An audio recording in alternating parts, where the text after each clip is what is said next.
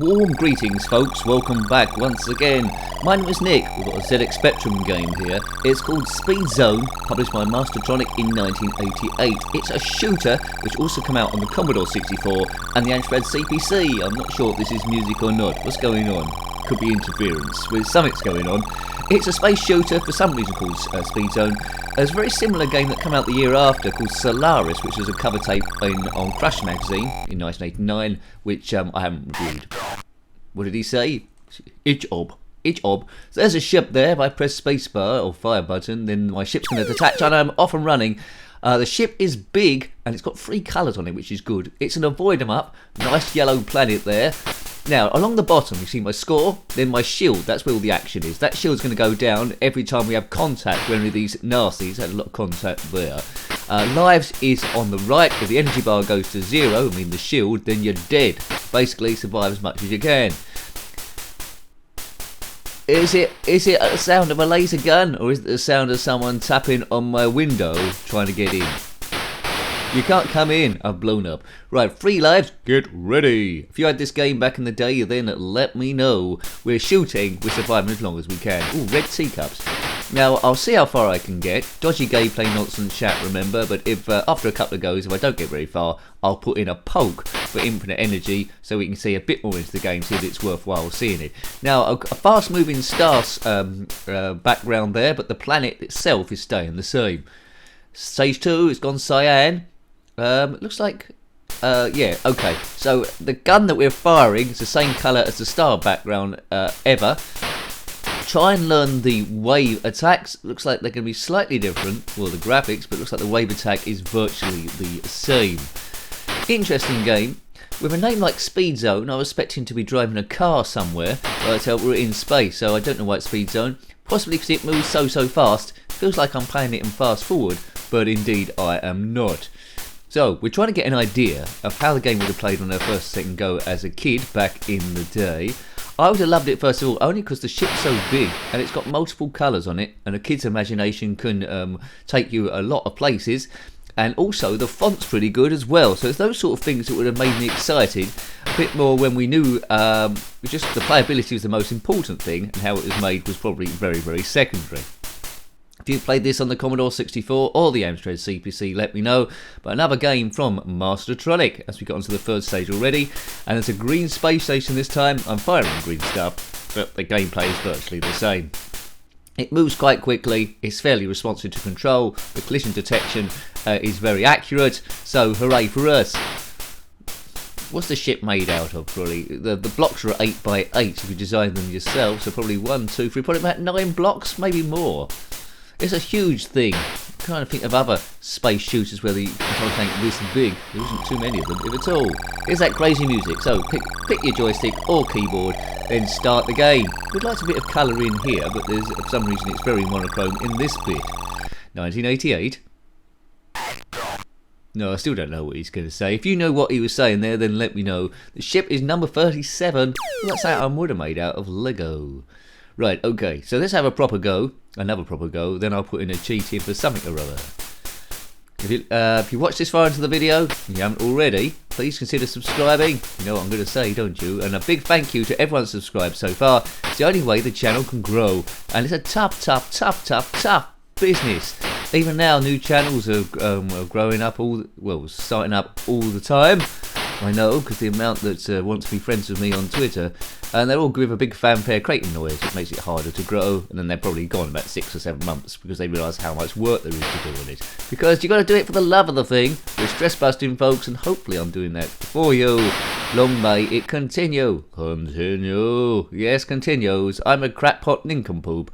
And if you're also a crackpot nincompoop, then comment below, because that means you're probably slightly creative, slightly funny, and slightly misunderstood. Hooray for us! Go, go, go! Well, you're understood here, that's for sure. Subscribe! Well, that's enough hypnotism for today. Okay, it's a green dragon thing going backward and forward. There's a purple thing going ziggity zag. There's an orange and green thing, looks like a deformed pizza. And then there's that yellow and green thing zipping about like a millipede of doom. Now there's some red teapots, and they're going to be replaced with some blue teapots, thingamajigs. And now some green telephones. In space, no one can hear you attack random items found around the house. That's how the Alien film went. Oh, right. The gun is a bit weedy. I don't know why they chose that sound effect. It's definitely someone tapping on something, with maybe shaking a cutlery set about. I don't know. No, I don't know. Actually, I tell you what it sounds like. It sounds like me trying to start my my gas hob. Come on, gas hob, start. I'm trying to burn some beans here. Yeah, it'll flame up in a minute. Yeah, it's definitely the flicking on the gas hob thing. Right, green. The chip goes a bit weird when it goes over some of the backgrounds, the larger graphics. It all goes tremendously horrible. But colour clash was a bit of the zxspectrum thing, which made it so lovable, which people now do not understand. Haven't played the cover tape influenced by this, which come out later, called Solaris, not to get confused with the game called Solaris on the Atari 2600, which is a completely different game entirely. So this is 1988, Solaris is 1989. By clockwise, not anti-clockwise, by clockwise. But it says obviously they made it and submitted it to Mastertronic, and they pumped it out. It's the Speed Zone. No, still don't know. Ek-om, ek-bomb. Speak clearer if you're doing speech. Now, see, hearing speech in a game was always a wonderful, wonderful thing. This is quite near the end of the Spectrum's run, but still just about within it. 1988. The 16-bit computers were, well, they were just coming out, but they haven't got the glorious games they was later to have. A lot of the games looked a bit 8-bit-ish as they writers jumped from one to the other and haven't really found the maximum of what the system could do by quite a long, long way. I'm not sure the Speed Zone come out on the Commodore Amiga. I doubt it did. Would be interested to see what Psygnosis could have done with the thing. It would look pretty different to this. There's a yellow moon there. Yellow moon. Right, you'll see that my shield isn't going down. And you know why my shield isn't going down? It isn't going down because I've activated a poke. Well done. I thought I'd do it the next one, but I've activated it now. So we're just going to see a few more of the screens. Is it worth getting to? But I think all that's changing basically here is the background each time. I'm trying to find if there's a bit in the screen where you can't get hit by the thing, but it looks like it's the wave attacks are cleverly done, so there isn't any dead spots that you can just hide all the time. So you do have to try and do it properly. I won't be losing any lives this time, baby, unless I turn the poke off. No, don't you do this. You play it properly. If you want to download this game, a lot of them are online now. But I think I got it from either Spectrum Computing or World of Spectrum, two of the main ones. There are other ones about, of course, as well. Right. Yes, I'm getting a little bit bored of it, but it is nicely designed. I mean, arguably I wouldn't have got this far back in the day, maybe once or twice, but it's good for shooting every now and again. I had Meteor Storm on tape, which was an Asteroids clone. I think I've played that a lot more than this, because I really love the sounds that one is. This is nice as it is with the big graphics. It's not super exciting. 1988, I would have been about 13, 14. Yeah, I've been aching for something a little bit better, a bit involved at the time, but someone 8 probably would have liked it, I would have thought. You know, they have a main graphic each time. This is this green space station, before it's a yellow moon. It's very in that. I suppose you could try and learn the attack waves. That's basically, it's just avoid it. You don't have to shoot everything, but you can get extra points by doing so. There's no power-ups at all there, but just go in the screen.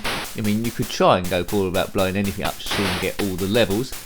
But yeah, that's all there is to the thing. Right, it's in purple now. Magenta, get ready. Small like moon, and now I'm firing purple stuff.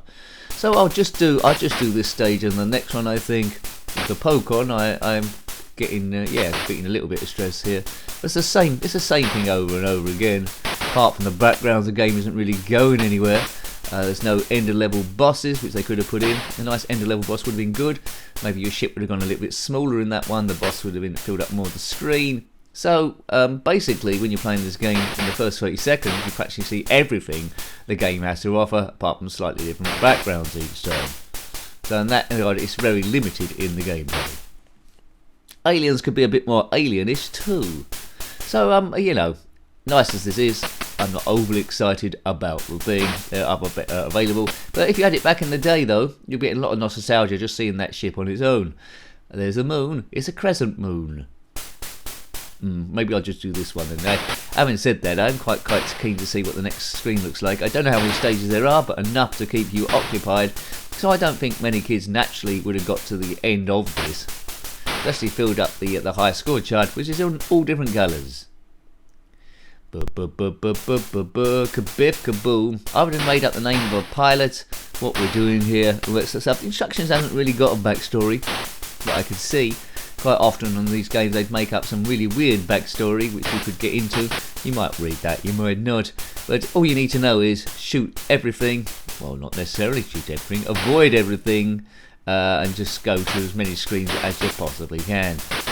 That's about it, folks. Lots and lots of shooters, probably on the Spectrum and all systems in general. Probably the most used genre. Well, platformers are taking over now with the homebrew scene. zxspectrum games we've reviewed are in the playlist there. Click on my username, take you to the channel page, click on the playlist, and zxspectrum will be there along with a load of other stuff. There's loads of stuff there, probably over 2,500 reviews. That's a lot of reviews, isn't it? It's a few. It's a few. Right, I don't know what that is. It looks like a small glass to put Southern Comfort and ice in. The aliens are the same now. It's not, I haven't said that. It looks slightly different. There's not much more to discover there. What else can I tell you about this game? Not a lot. So you pretty much know already whether you want to download this or not, or track it down, or load it, or all that sort of stuff. Sounds are a bit weak. Sounds are the worst bit about this game. That lets it down, but what else could they do? Yes. Anyway, I think we'll park that there. It's just going to go round again, but with different colours maybe. So I hope you liked having a look at that game. That was the curiously named Speed Zone, a shooter published by Mastertronic in 1988. Yeah, I could take it or leave it, really. If you have any comments, nice ship though. If you have any comments about this game, similar games, or anything retro, then by all means put that in the comment section below. You're more than welcome. Until next time, take great care of yourself and a very fond goodbye. Goodbye. I'm a crackpot nincompoop, and if you're also a crackpot nincompoop, then comment below, because that means you're probably slightly creative, slightly funny, and slightly misunderstood. Hooray for us!